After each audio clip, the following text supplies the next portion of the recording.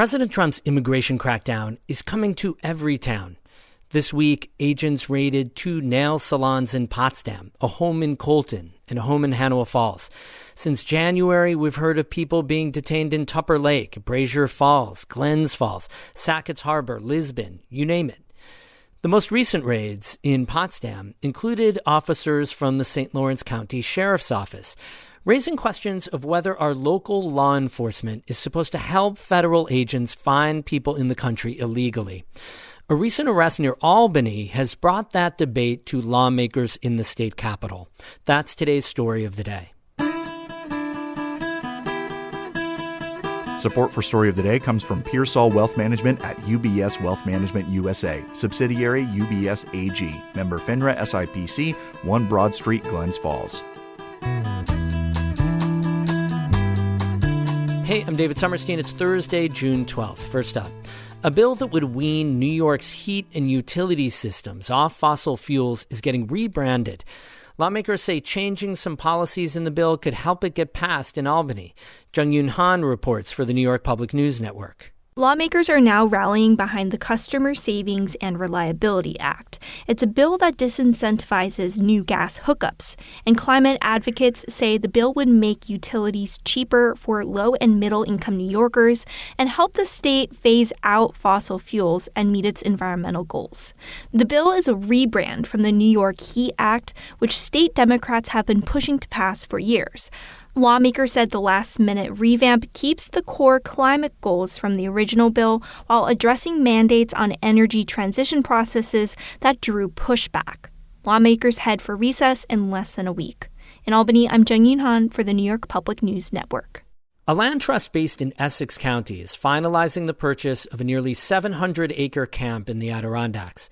The Adirondack Explorer reports that Champlain Area Trails, known as CATS, recently bought the Twin Valleys Outdoor Education Center in Lewis from SUNY Plattsburgh.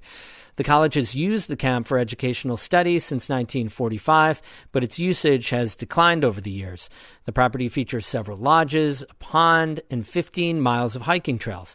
It sold for $1.1 million. The trust is raising an additional $450,000 to operate the camp and will now decide how to use the space.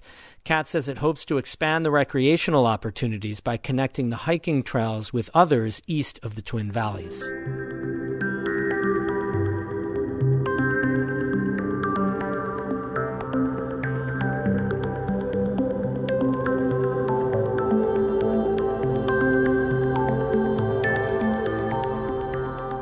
Federal immigration authorities are ramping up their activity across the U.S. and in the North Country. President Trump's advisor, Stephen Miller, says he wants to see 3,000 people detained and deported every day, an unheard-of number up to now. That means ICE and Homeland Security will need the cooperation of local police officers to get numbers like that. In a Capital Region suburb, 2 people accused of stealing groceries earlier this year are now facing deportation. As Jimmy Vielkind reports, their arrest highlights the consequences when local police cooperate with federal immigration agents. 2121, just be advised as well. It started as a routine police call for shoplifting. 1400 Altamont Avenue, the Hannaford. We have a Hispanic couple with a stroller loaded up with merchandise. Officers in Rotterdam, a town of about 30,000 outside Schenectady, found 2 people in the cramped security office of a local grocery store one morning this March. Staff said the suspects, Michael and Maria, took things like rice, beans, bread, and olive oil. They hid them under a stroller carrying Maria's child. The total value was $159. But a relatively minor charge escalated when officers checked Michael's ID. You police in my country. You are? In my country. In his country, he's a police officer. In my country, free police here. He provided an expired ID showing he was a police officer in Nicaragua. How long? People are often ticketed rather than arrested when accused of shoplifting. Police only take suspects in if they can't verify their identity. I'm kind of torn as to... He's got ID and... No, well... The patrol officer called his supervisor. A detective called ICE. Because this guy's got the police ID and stuff, He said, he goes, don't do anything with them until I call you back. What you just heard is one of the first known cases under the federal Laken-Riley Act in New York State. President Trump signed it into law earlier this year. Today, the Department of Homeland Security will be required to detain all illegal aliens who have been arrested for theft, burglary, larceny, shoplifting, assaulting a police officer, murder. But according to Lauren DeRosier, who runs the immigration clinic at Albany Law School, the statute only places requirements on federal officers who learn about arrests. It doesn't require local police departments to call ICE. I think it's a very sad case, and I think that it demonstrates how quickly things can escalate for people who don't have immigration status. She supports state legislation called the New York for All Act. The bill would let local police help ICE with serious felony offenses or a judicial warrant. But if ICE just issued a detainer request, like with Michael and Maria, police would have to stand down. We're going to pass New York for All together. Thank you. Shut it down! Hundreds of people keep coming to the state capitol to demonstrate in support of the legislation, which would basically make New York a sanctuary state. Here's Bronx Assemblymember Amanda Septimo at a recent rally. If we have a federal government that is hell-bent on leading with cruelty instead of love, then we don't need to help them. In fact, we have a responsibility to resist. Proponents are still pushing for some kind of action in the final days of Albany's lawmaking session. But top Democratic leaders, including Governor Kathy Hochul, haven't signed on.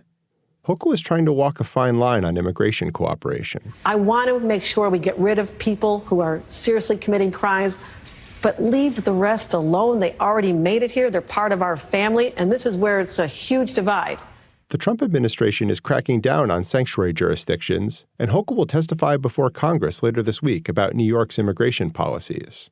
In Albany, GOP lawmakers support a bill that would require local police departments to call ICE if they arrest an undocumented immigrant. State Senator Andrew Lanza represents Staten Island. He says departments who don't call are essentially obstructing justice. Sanctuary state means we're not complying with federal law. He renamed his state bill after the Laken-Riley law. If an immigrant already broke the law to enter the U.S., Lanza says any subsequent offense is worse.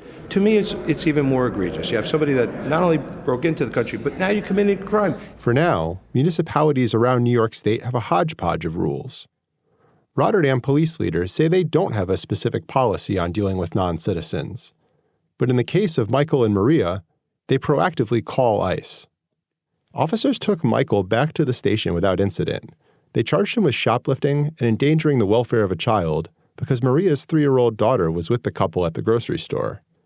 But the arrest took a turn when officers handed Michael over to federal agents. Surveillance footage shows he slipped out of his handcuffs and tried to walk away. Hold on. My hand's right there. 6 federal and local police officers used a taser to rearrest Michael. Court records allege an ICE agent suffered a bruised jaw. Michael is charged with assaulting a federal officer. During the scuffle, he kept shouting out in Spanish that he had ID.